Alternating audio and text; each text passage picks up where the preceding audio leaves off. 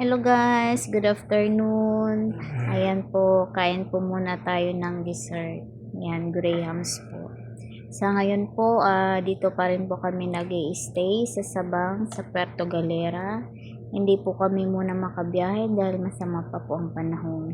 Tatry po namin bukas kung okay po kung mayroon na pong biyahe bukas.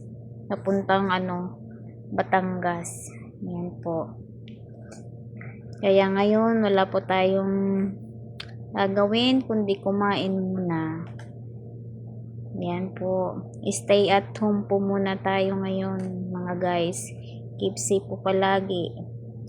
Meron pa pong ibang lugar na masama pa rin ang panahon. Ingat po tayo palagi mga idol. Yan po, kain po tayo. Yan po. Thank you for watching my video guys.